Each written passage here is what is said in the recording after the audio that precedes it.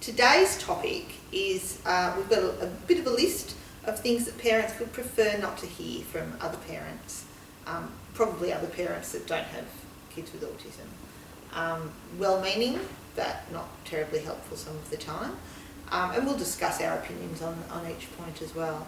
But before we start, I'd just like to point out our necklaces that were from one of our contributors, Josie and me. They've got a website and a Facebook page, and we are having a sharing competition on our JasChat Facebook page at the moment, that they're donating a beautiful tree necklace. The tree so if you'd life. like to hop onto our Facebook page, then you could possibly be in the running to win that. Just and like get your friends too. Yeah, get your friends, like the page and share it on your page.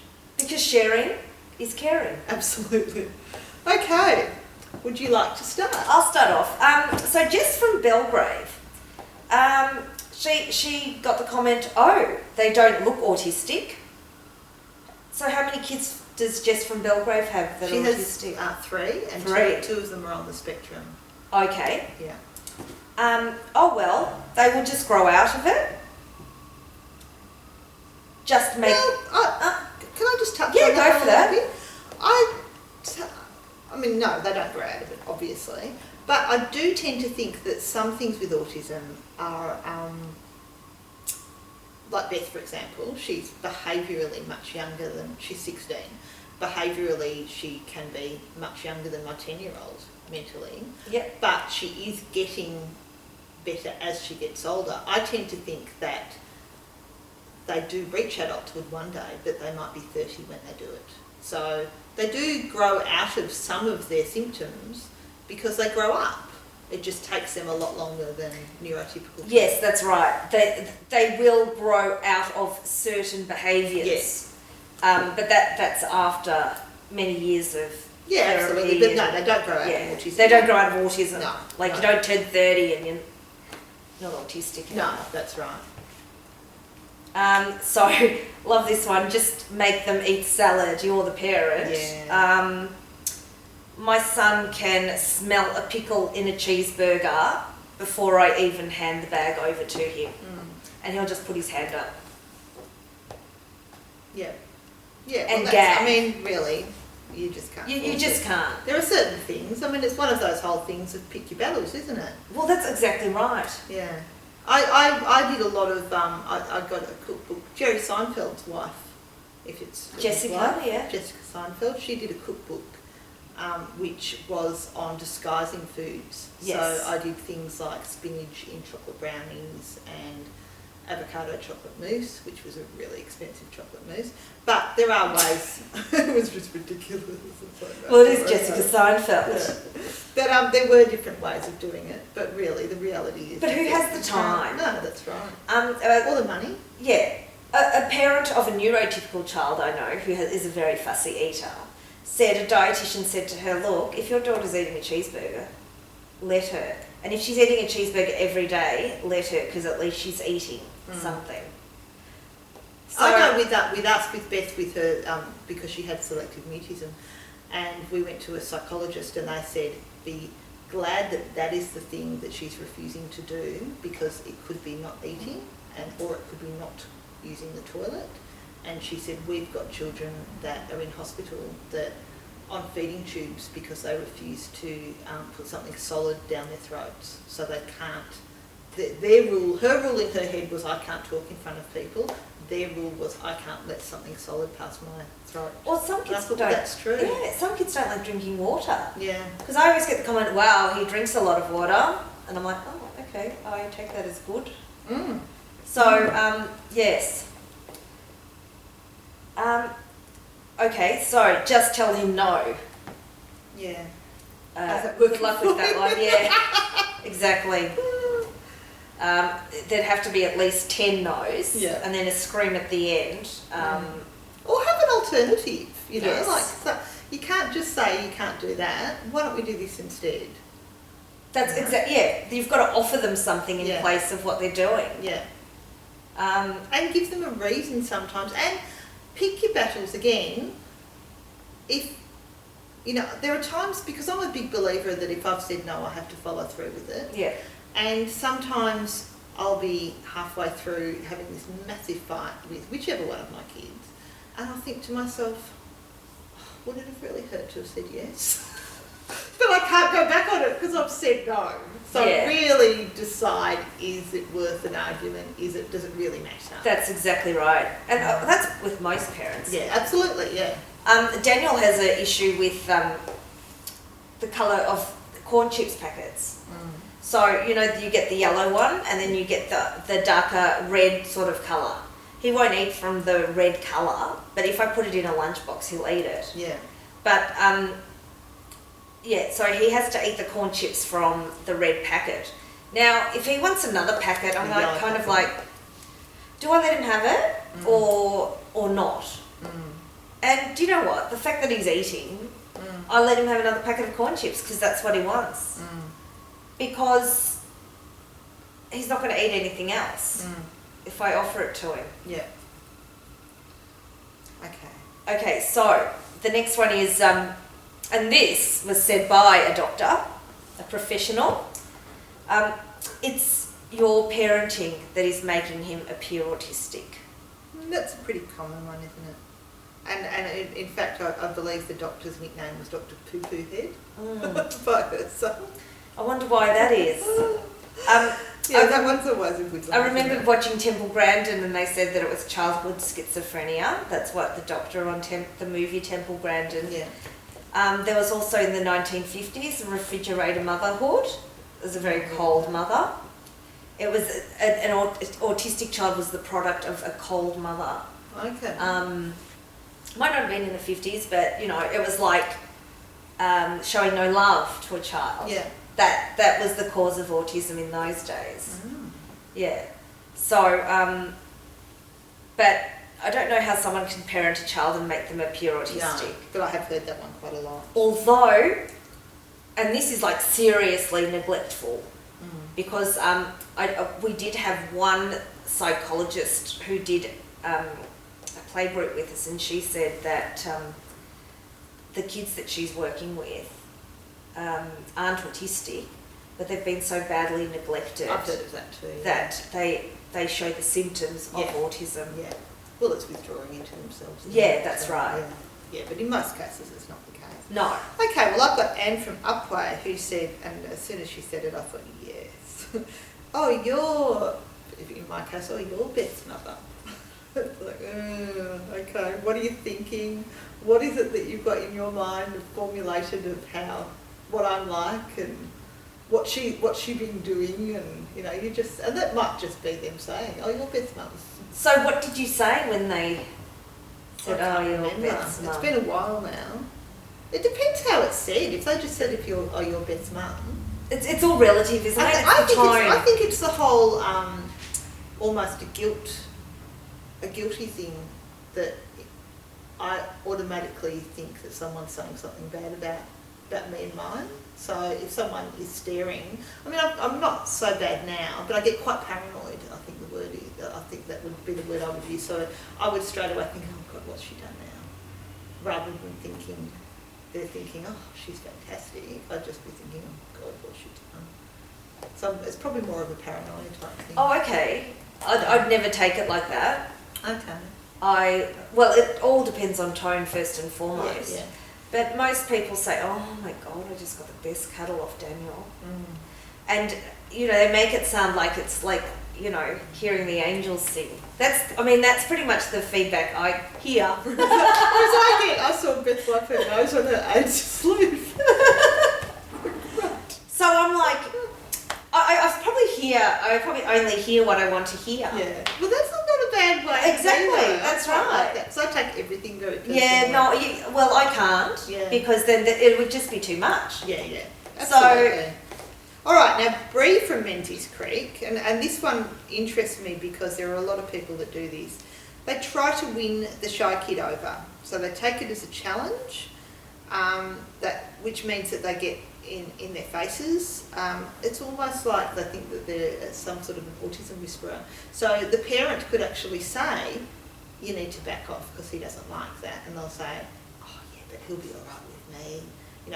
One example she used was someone taking photos and he doesn't like to have his photos taken, and them saying, but we'll get a good photo out of it, and her saying, he doesn't like to have his photos taken, you need to not do that, respect that he doesn't like it, but he'll be all right for me. And it's like, why are you doing, why, does it make them feel better because they have got through to the child with autism that no one else can get through to? But did they get through? Did they get the picture? Because he doesn't like it. Yeah. You know, she said it's a similar thing with someone that was working in Woolworths, a checkout person, that, you know, he'll come around sort of thing, like, and it's like, well... Come around to what? Yeah, to what you want him to, like, it's just not the way that... They are what they are. Yeah, that's right, exactly. So they're not going to accept change. that and don't expect them to conform to you. Yeah, exactly. Yeah. So do you want to go on with Jen from Jen Creek? from Menzies Creek. But she doesn't do... I don't know. She doesn't do flapping. this, so she can't Yeah. be. She doesn't So she do can't that. be. Yeah. She doesn't do that. She can't be. If you want to know what real autism looks like, look at that person. Yeah.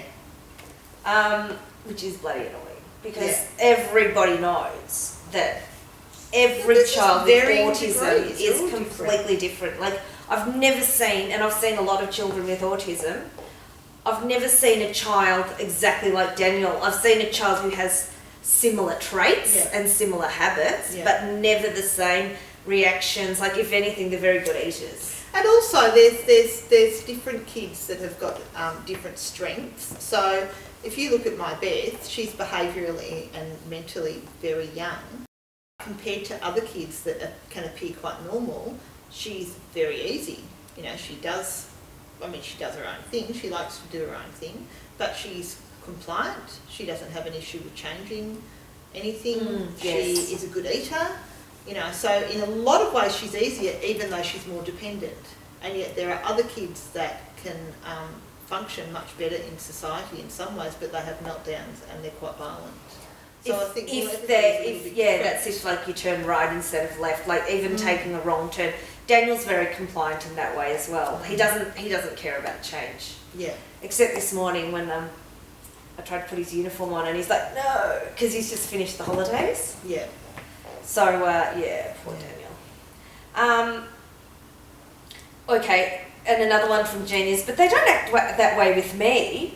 Yeah. But she looks at me. But she talks. You're just over anxious. But I've never seen her have a meltdown. And that's because usually they wait till they get home. Yeah, and they let it all out to the parents. And she acts too normal. This insults not only the child, but the ones with ASD. But also really the ones without. Yeah, that's right. Yeah. What's normal? I know. Who wants to be normal? That's boring. Okay. I had a situation once, which was, we did a Women's Day article. We did an article with the local paper, which was on girls with autism, because the woman, that was for Autism Week, and then a woman from Women's Day sent me a message and said a friend of hers has a daughter who had autism, but the friend wouldn't be open to it. And she wanted to do an article on girls with autism so that she could show her friend, to put in her mind that her child might have autism. So we did an article for the Women's Day, which of course I loved. And Paul's auntie is a nun, and we went to the convent one day. They had a big garage, so we went to the convent, and this other nun just popped her head out of the room, just, stick her 2 bits worth in, and said to me, well, she's very attractive, so I don't know what you're complaining about. And I thought, seriously? So that makes it all right then that she's pretty, so I can't have everything? Yeah, how dare you? Yeah, no, so you haven't had children, you haven't lived in the real world, not that I've got anything against nuns, but, they've never had mortgages and... But it's not, husbands. The nun is only one example. I think it's the generation they were born in. And people tell me, oh, you're so lucky, Daniel's very attractive. People are going to want to interact with him. Yes. Well, I had a similar thing with another relative of Paul's who, when they realised that we had handicap parking, because Beth isn't good with traffic, said, oh, well, it's people like you that take them away from people like us. It's like, we don't take them away from anybody. If you're entitled to handicap parking.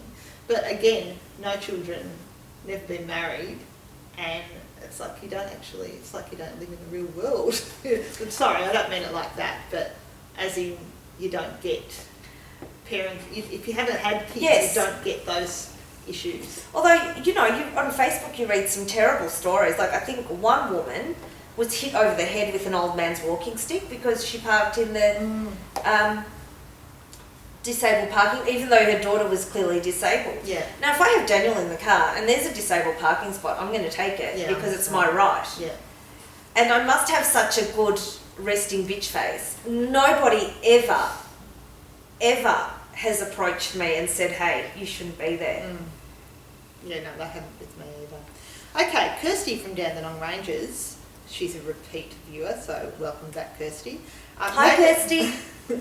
Made a point of saying that she hates how everything is put down to her daughter's autism, which I get. They found out that she's actually got epilepsy, but with the things that she was doing, the doctors were saying, oh, that's part of her autism. So everything, there's the autism side, and then there's the person side or the child side, and not everything that they do. And I find this the other way around, when people use it as an excuse. Like I know one lady whose son is revolting to other kids. He hits them, he swears at them, the F word, everything. And she will say, oh, that's because of his autism. And I'll say, but that's not appropriate behaviour. You can't put everything down to autism, because not everything is because they've got autism. That is a parenting thing, because you're saying, oh, he's got autism, we'll let him get away with it. Absolutely. Like it's just, some things are not acceptable, and you just can't say that's because they've got autism. Exactly. The other thing that she was saying is about, say, schooling, for example, that she's been told, well, we may as well just concentrate on living skills because she won't amount to anything anyway, which I find incredibly offensive.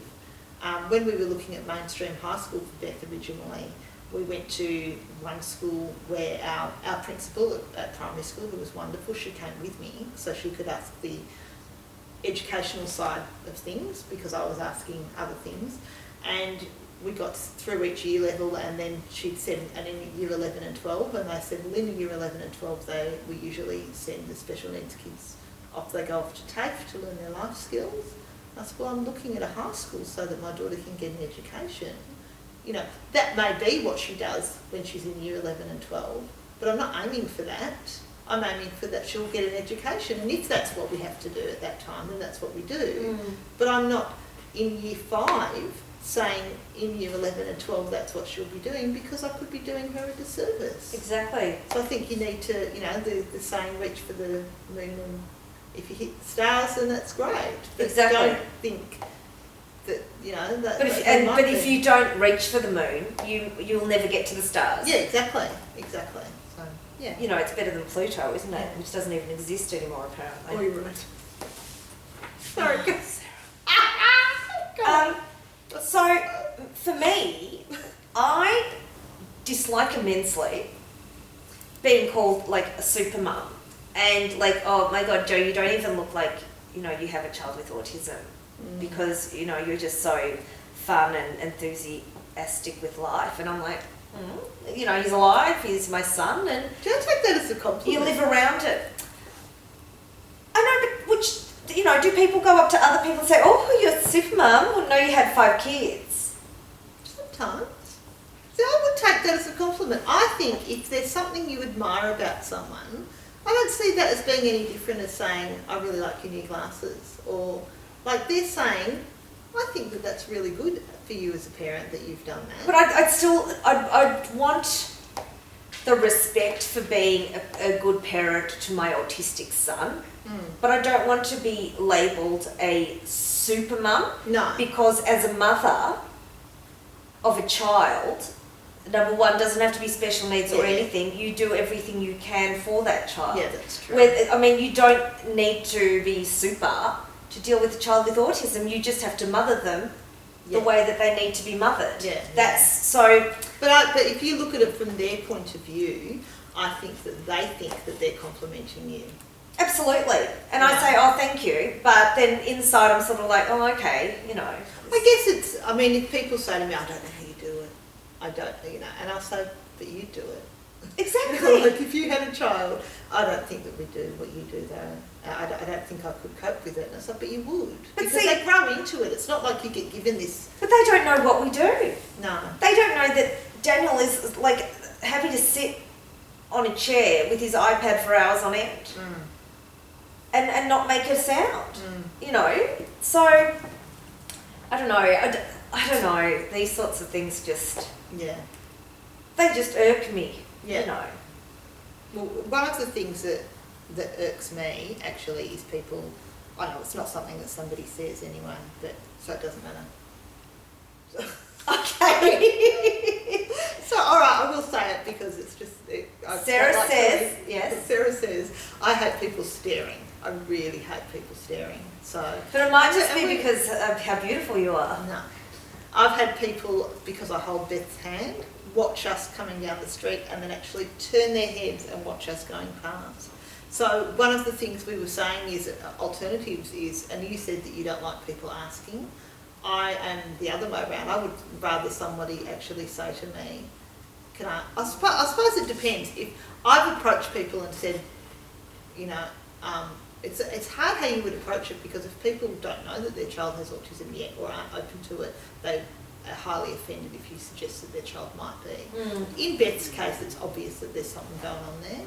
So I don't have a problem with people saying to me, can I just ask what the situation is with Beth? And then I'll tell them. And I know one lady who actually wrote a letter about her son when he started kinder and told all the people in kinder, this is the situation with my son, this is what he likes, this is what he needs.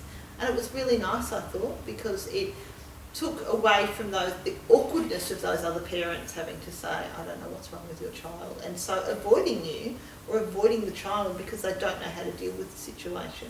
You know, like being able to say to people, if you had Beth over for a play, she would do this, this and this. And what was the reaction to that? Did parents people were quite happy about it. Because I know someone from the other side of that who did, and no one ever spoke a word to her. Okay. In fact, they tried to avoid her. So it works two ways, and really you need to think about what you wish to get out of it and whether or not you can actually handle the rejection or the acceptance. I don't know, it's up to you, you've got to go with your gut. I didn't. Yeah. But Daniel had a full-time carer, so I knew that, you know, none of the mums could get upset with me for taking extra time. Yeah. Little did I know that they were a great group of mums, but I was still very cautious. Yeah. And that's just me in general. I approach everything with caution. Yeah. So I had wished that some people had said with play, like Beth pretty much never went to a play date in primary school. No one ever invited her for a play date. We had lots of kids back to our place, but she was never invited. And I wanted to say to parents, I'll come with her if you need me to, like if that's what you need. But I didn't want to be saying, I think you should invite her for a play date. I just didn't. And I hated that. She still doesn't now, but in the school that she's in now. But I would have preferred people saying to me, we feel uncomfortable about having her because we know she gets into things or what have you. And then that's when I could have said, well, I'll come with her. You know, but it was never even offered. So I found that really difficult. I was quietly relieved. I had a couple of his favourite girls over for a play date, and that was lovely. But he was just so into himself at that time that being invited to a play date would just be awkward. Yes, Beth wanted to be invited to play dates. She just never was. Daniel just wasn't interested. Yeah. So anyway, all right, we best wrap it up because it's quite a long one today.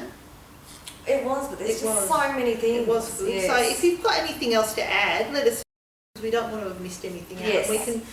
I'll write this out and put it on our website so we can add those things to the website or to the Facebook page. So but thanks for watching and we'll see you next time. Bye. Bye.